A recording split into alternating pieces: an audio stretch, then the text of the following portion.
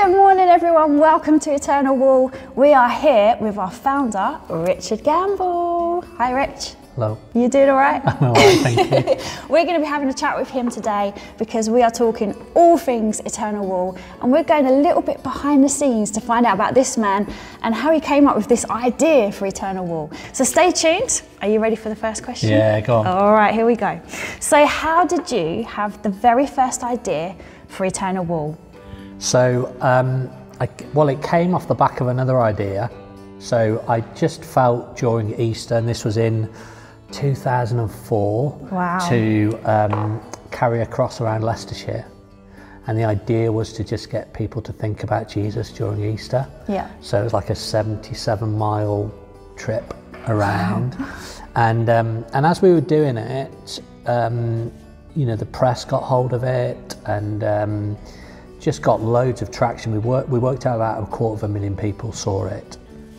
And I think there's something powerful about demonstrating the nature of Christ outside of the four walls of the church.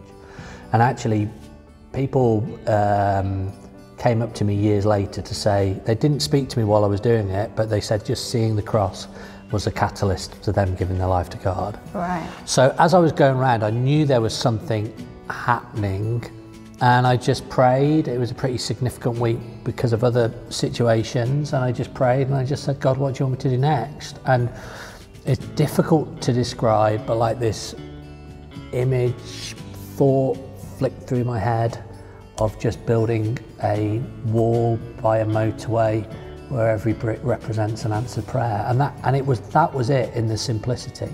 Wow. And I just got home, talked about it, and then that was it. So you just like had this vision in your head, like a picture of what it was going to be. Yeah, and you know, over the years of getting to know God, I just learned that was from God. I've learned almost like when there's an interruption, it's not my own creativity, it's just God trying to grab my attention. And so when the picture flicks through my head, I almost like grab it and pull it back and go, well, what was all that about? But how did your journey go from just having that picture in your head to actually doing it and deciding you were going to do it? Well, that was 10 years. So 10 years of, you know, I'm not praying about it every day, I'm just thinking about it. And I think one of the critical things was there was a moment where we were asked to, I was in like a church leaders meeting, and we were asked to come and bring our vision for what we wanted to do with the church. And I decided to come and talk to them about the wall. And I was like, this is my idea. Wow. And somebody came up to me afterwards, good friend, and went, you know, oh, you stood up, and I thought, oh, here he goes again. Here's another one. But that one was quite good, to be fair. But I think there's a power in speaking out your dream. Yeah. And I know like Joseph gets hammered, doesn't he, for speaking out his dream with his brothers. But actually, if he hadn't have spoken out his dream, it would never have happened. Yeah. And so for me, that was the first step. But in those days, didn't you ever get doubts like, God, is this really what you want me to do? And not in the 10 years, because I didn't really know what to do. I mean, I do think it's utterly ironic that I'm building a national landmark. I don't even know how to put up a shelf.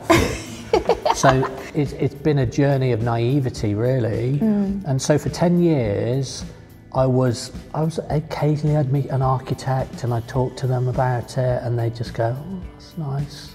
Yeah. You know, yeah. And I, in my head, I thought, I mean, here's the real naivety. In my head, I thought, right, if I can get £20,000, I can buy a piece of land, and then we're up and away. Right. The fact that the land has actually cost 1.7 million, neither here nor there.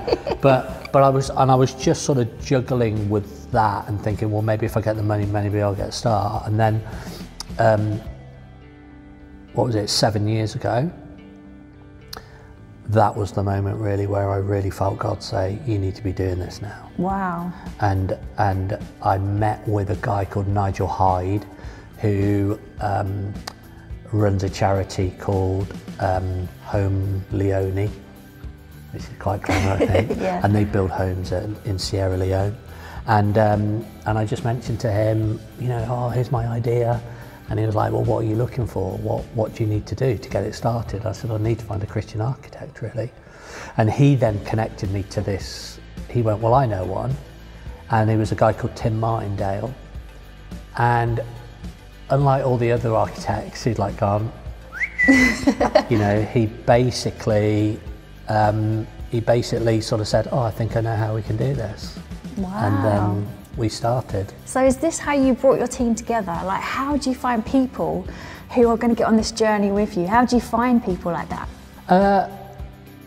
Yeah, I don't think you find them. I genuinely, you know, we've got now 20 people working, or part-time working, or volunteer working, and then on top of that, another band of over 100 volunteers. I don't think I've found a single one.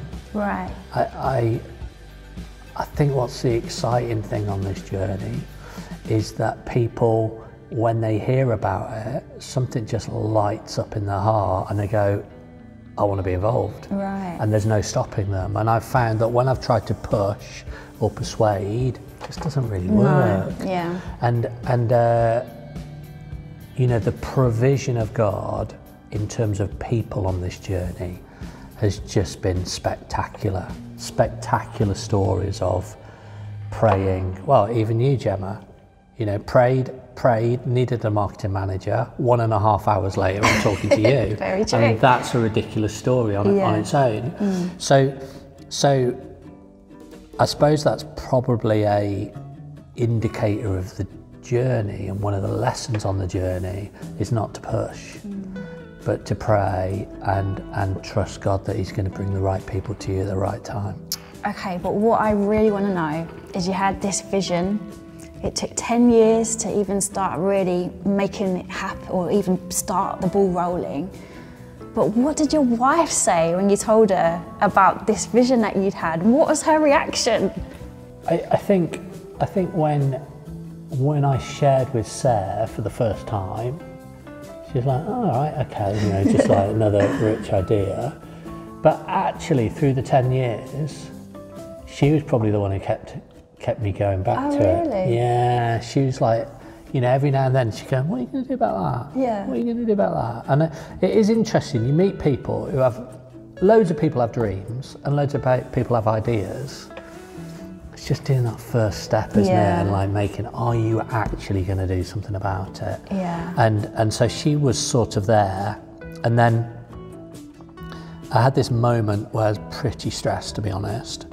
I was at the time, I was trying to sort of launch global sports chaplaincy, trying to start a business selling foot golf socks. Wow. Trying to start a business doing adjustable desks, trying to do a business to do with trademarks and a few other things. And Sarah was like, oh, what are you doing? And I was like, listed all that. I remember it being about 12 things. It was ridiculous. Wow. And Sarah was like, well, what do you want to do? And I said, well, I sort of feel like I need to be working on the wall now, as we called it then. Yeah. And I said, but you know, that's not going to pay the bills. And she went, well, all those 12 things are not paying the bills anyway, so what's the difference? Yeah. So, yep, fair point. So that was really the moment. And it's there's a scripture that says, if you offer up your body as living sacrifice, then you'll know his good and pleasing will. Yeah. And for me, the big moments are dictated by knowing the peace of God. And so in that moment, when she said that, I just felt the peace of God, and I went, yeah, okay, time to start. Amazing. But what I do want to know is, have you ever felt like Noah? You know, when he was given the vision to build the ark and it just looked like a massive, massive thing. Then everyone started ridiculing him, saying it's not going to happen, it's not even raining. Have you ever felt like that? Yeah, on a pretty regular basis, on a weekly basis probably. So how do you deal with that then? How do you deal with people not believing that you're going to do this, or? I'm pretty pragmatic about that, really, because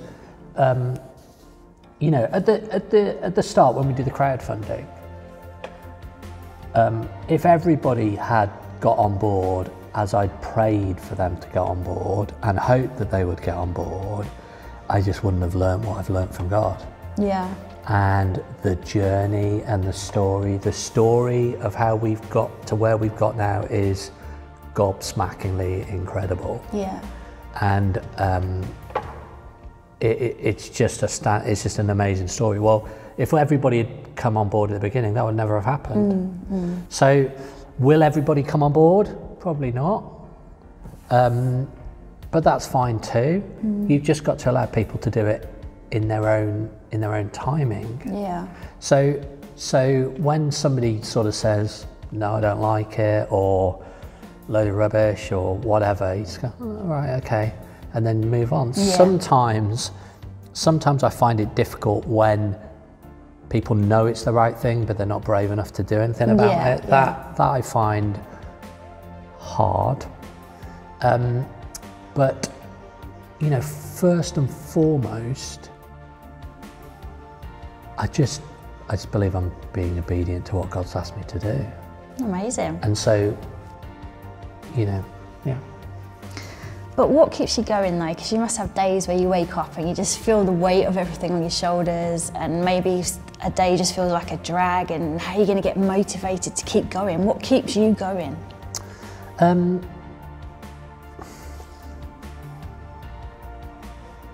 Lack of options.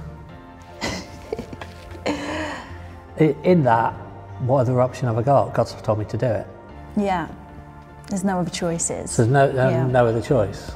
You know, when I ran the New York Marathon, you know, I had a nice white chocolate bar at the end of the marathon, and was sitting in a plastic bag, waiting for me to get it. Well, how do I get that chocolate bar? I got to finish it. Right. Because if I stop, it's going to take me longer to get there. Yeah, of course. So that's part of it. I mean, obviously there are times when it is incredibly hard, when, you know, one of my phrases is, it has to be impossible for God to be glorified, which I wish I'd never come up with, because it just gets more impossible, to be honest, and it gets bigger, and the mountain gets bigger. But then when you have those feelings, that's when you have to recalibrate your mind. Yeah. And you have to go, right now, I could look at the economics of the situation in this country and go, we are stuffed. We are absolutely stuffed. Or I can choose not to focus on that and recalibrate my mind, remember all the things that God has done to get us here, and like, well, why would he change his mind now? He knew COVID was going to happen. Yeah. He knew the people that were going to join and leave, or he knew the people that were going to not join when we wanted them to join, or what. He knows everything. He knows every little surprise to us. And so what I do is I remember the things that he's done. And you know, those moments when he answered a prayer, you just like, get in, you know, and there have been times, and the team here, we've shared times when our backs have been literally up against the wall, and you think, how are we going to get through this? And then something amazing happens, and it's like scoring a goal at Wembley. It's like, you know, getting to #1 in the charts. It's just like, whoa. Yeah. And so that's what keeps me going, remembering those moments, because God is for me now as much as he was in that moment.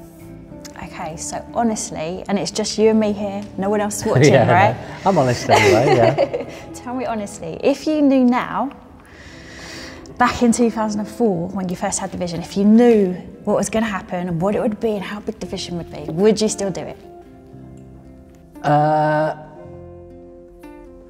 think there's two answers to that question. I'd like to think that if God had let me know those things, then he would have let me know because he felt that I would have the ability to say yes and do it. Yeah. However, I would say the fact that he didn't tell me those things suggests that I would have bottled it. I mean, because it's horrific. It is, and that's why I've got a lot of time for people like like for example, David Tomlinson, civil engineer, who early doors knew some of the horrors that were to come and just went, yeah, we can do this. Way better than me being naive. But I think my naivety has helped me through. Because you start, if you ever get into the detail, it's like, it's just too much. Yeah. And there are times when I'm with people, I'm like, I don't want to know that right now. Yeah. I don't want to know like that. I've got enough to cope with. Right, yeah. So tell us, what do you think has been the hardest moment so far in this journey for you? That's a tough question, I know. Probably last week. Last week? I mean, that's the nature, I think that's the nature of it. Right. I met with Richard Wilson from Fusion. Met with him and Ness, and at one point he said, you know it's only going to get harder, don't you?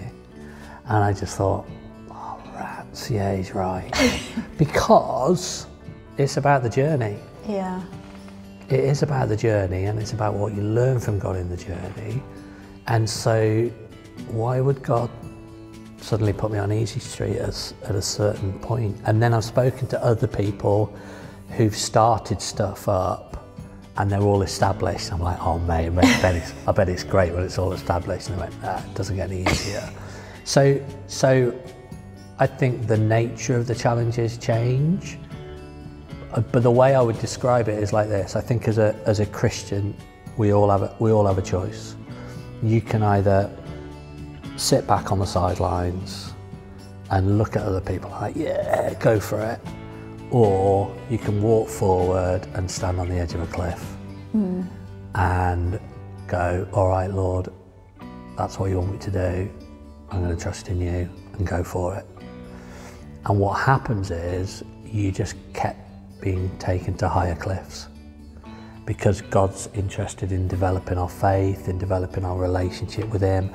And I think He's genuinely more interested in all the hundreds and thousands of different personal journeys that are happening around this project, rather than the fact that the thing's going to get built. And He's more interested in all the, one hopes, hundreds of thousands and millions of personal journeys that will happen because of it. Yeah. So the thing itself, I don't think He's that bothered, personally. Okay, interesting. So tell us then, what has been your biggest success story, do you think, so far in this journey?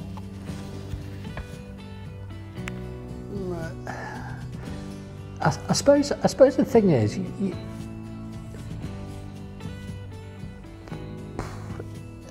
I suppose there's two different answers to that, really. I mean, some of the most awful meetings I've had have been my most successful, or the most awful days I've had have been my most successful days. Yeah. Because at the time I was like, oh gosh, that was a horror show. And then in the fullness of time, God's at work and makes it happen. I'm trying to remember who it was. Somebody said once, I'm just saying because it's not me, but success in the work of God is because of God at work. And so I can't really claim anything for myself. I mean, there are bits that I'm pleased with. I think looking back at the first crowdfunder, which was God at work, but how on earth did we raise that money for something that we didn't know what it was going to look like, or where it was going to be, or really what it was going to do? But you know, that was miraculous. I'm not a completer finisher, so completing and finishing a book, it goes against the grain significantly. Okay. But yeah, we'll see. Okay. And I've got one more question, last question. What are you most looking forward to in this journey? What is going to be that moment where you feel, yes, we've done it? There will be a day. There will be a day when I feel like that. I had a day just before maybe about 2-3 weeks before the planning permission came through, where I was just walking along and I just felt the favour of God. It was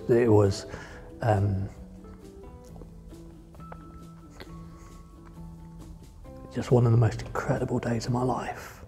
Just walking along here outside the offices and just feeling God's favour.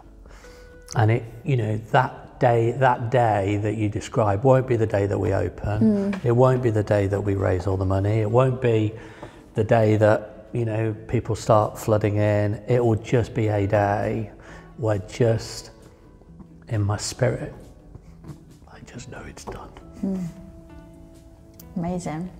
Fantastic. Thank you for joining us. I held it together till the end. You did really well. Thank you so much. And thank you for being part of the podcast. We're going to be doing this every week, guys. So come and join us on Fridays at noon. We're going to be talking to different people, not just Richard, but different people from the team. We're going to be diving a bit deeper and going behind the scenes and finding out about the people behind Eternal Wall. So thanks for tuning in. See you next time.